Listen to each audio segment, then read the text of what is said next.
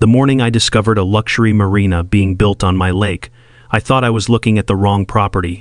Workers were installing docks, paving walkways, and unloading expensive boats, while giant banners advertised a private waterfront community as if they already owned the place. Then I saw the HOA president giving orders from the shoreline, smiling for promotional photos beside water that legally belonged to me.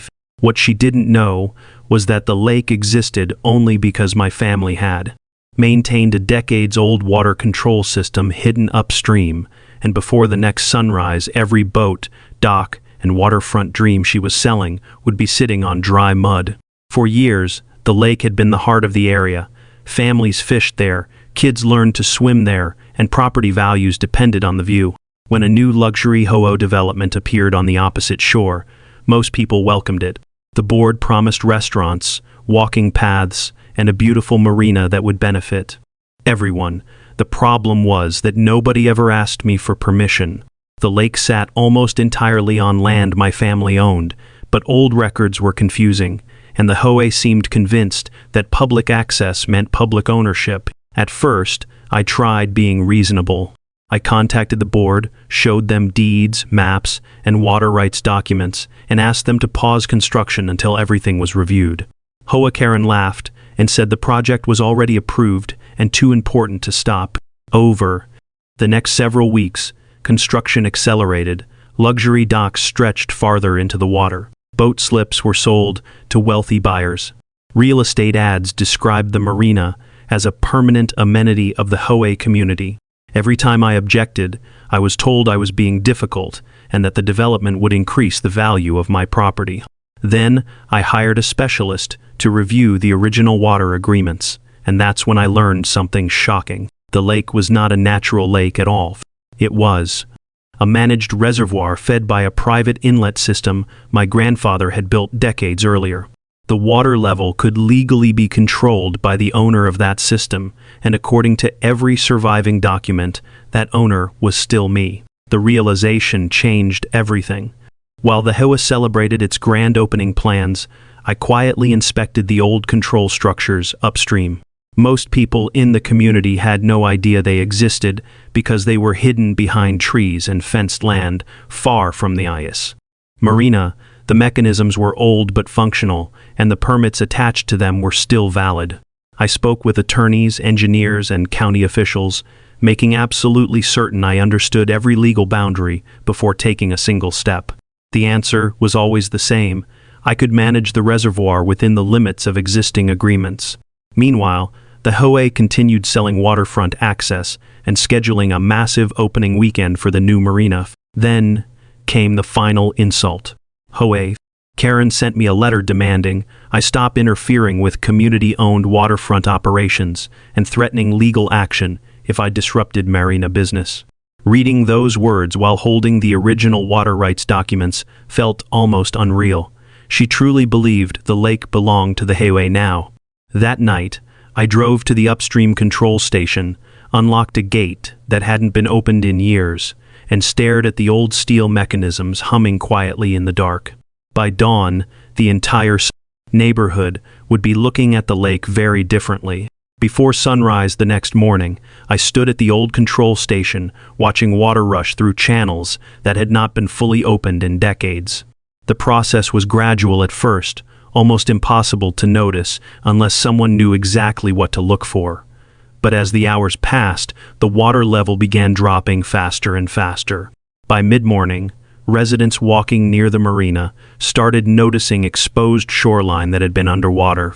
Only the day before, at first people assumed it was a temporary fluctuation. Then boat owners began calling the HOA asking why their vessels were sitting lower than expected. By lunchtime, confusion had turned into panic. The grand opening celebration that HOA Karen had spent months promoting was scheduled for that weekend.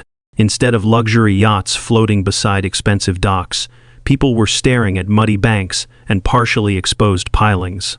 Workers scrambled to understand what was happening. Engineers were called. Emergency meetings were scheduled. Meanwhile, water continued receding exactly as designed by a system that had existed long before the HOA was even built. Every hour revealed more of the lake bed, Expensive boats settled awkwardly against supports. Some slips became completely unusable. The picture-perfect waterfront community featured in advertisements suddenly looked nothing like the brochures. Karen was furious. She immediately blamed me and demanded that I restore the water level when I calmly explained that I was operating a privately owned water control system according to valid legal agreements. She laughed and threatened lawsuits. Unfortunately for her, threats are only effective when facts support them. Within days, attorneys representing the HOA began reviewing the same records I had already studied. The more they investigated, the worse the situation became. Property surveys, historical permits, engineering documents, and water rights agreements all pointed to the same conclusion. The HOA had built a luxury marina on a body of water it did not control. News spread quickly throughout the community. Homeowners who had purchased expensive waterfront lots based on promises of permanent marina access wanted answers. Investors who had paid premium prices for boat slips demanded explanations. Residents began asking why the board had moved forward with such an expensive project without confirming ownership and water rights first. Karen insisted everything would be resolved soon, but confidence in her leadership was disappearing by the day. Then, another problem emerged. Several real estate listings that heavily promoted marina access suddenly required revisions. Buyers, who had been considering purchases, started asking difficult questions. Local newspapers picked up the story. Online discussions exploded. What had started as a dispute over a lake was becoming a public relations disaster. The HOA's dream project was now the most controversial subject in the entire county. As pressure mounted, independent experts were hired to evaluate possible solutions. Some suggested negotiating long-term water agreements. Others recommended redesigning parts of the marina. But every proposal had the same obstacle. They required cooperation from the person who controlled the water system. Me. For months, the HOA had ignored warnings, dismissed documentation, and treated legitimate concerns as obstacles. Now, they needed the very cooperation they had refused to consider earlier. Community meetings became increasingly tense. Residents packed the room demanding accountability. Many homeowners admitted they had never even heard about the water rights issue until the lake started shrinking. Some were angry at me. Many more were angry at the board for failing to perform proper research before spending enormous amounts of money. One meeting became particularly memorable. A homeowner stood up and asked a simple question. If the HOA never owned the lake, why did we spend millions building a marina on it? The room fell silent. No one had a good answer.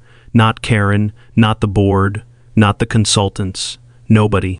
That moment changed everything. Support for HOA leadership collapsed almost overnight.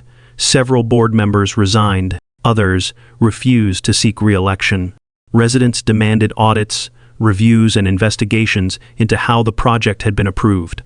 Every week seemed to bring new revelations about ignored warnings and overlooked documents. Meanwhile, the marina sat largely unusable.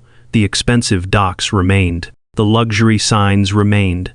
The boat slips remained. But without guaranteed water levels, the entire project had lost the value that justified its existence.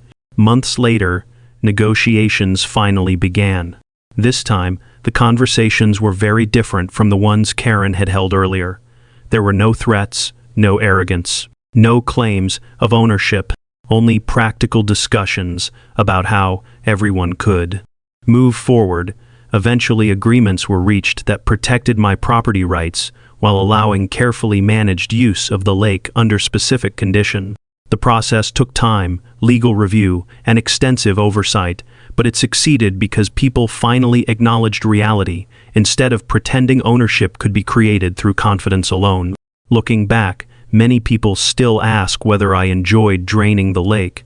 The truth is that I never wanted a fight. I wanted respect for documented rights. I wanted people to acknowledge facts, and I wanted a simple principle understood. Just because someone builds something on your property does not make it theirs. The marina was impressive. The advertisements were beautiful. The plans were ambitious. But none of those things mattered more than ownership. As for Karen, the luxury marina she expected to make her famous became the reason residents questioned her leadership.